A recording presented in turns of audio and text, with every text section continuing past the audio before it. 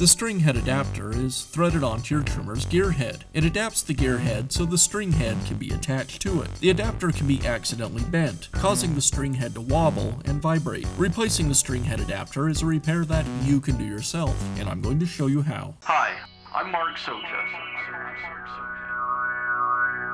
Do-it-yourself repairs like these are easier than you might think.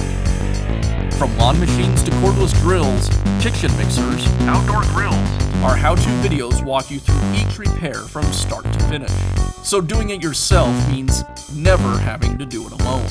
Let's get started. I'll begin by removing the spool retainer from the trimmer head.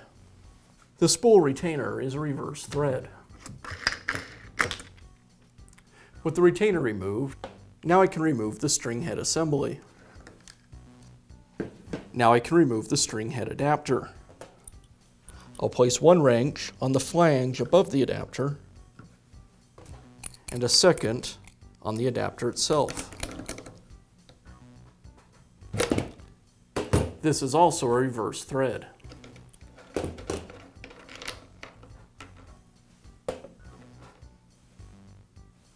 Now I can install the new string head adapter. Now I'll place the flange washer onto the spindle, making sure I align the splines. The nut portion of the washer should face out. Now I can install the string head adapter. It just threads onto the spindle. And again, remember, it is a reverse thread. I'll tighten it up with a couple of wrenches.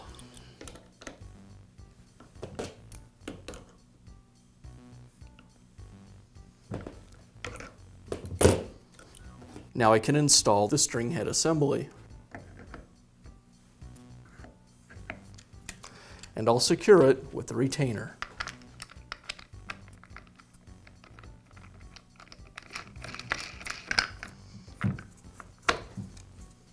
And that's how you can replace the string head adapter on your trimmer.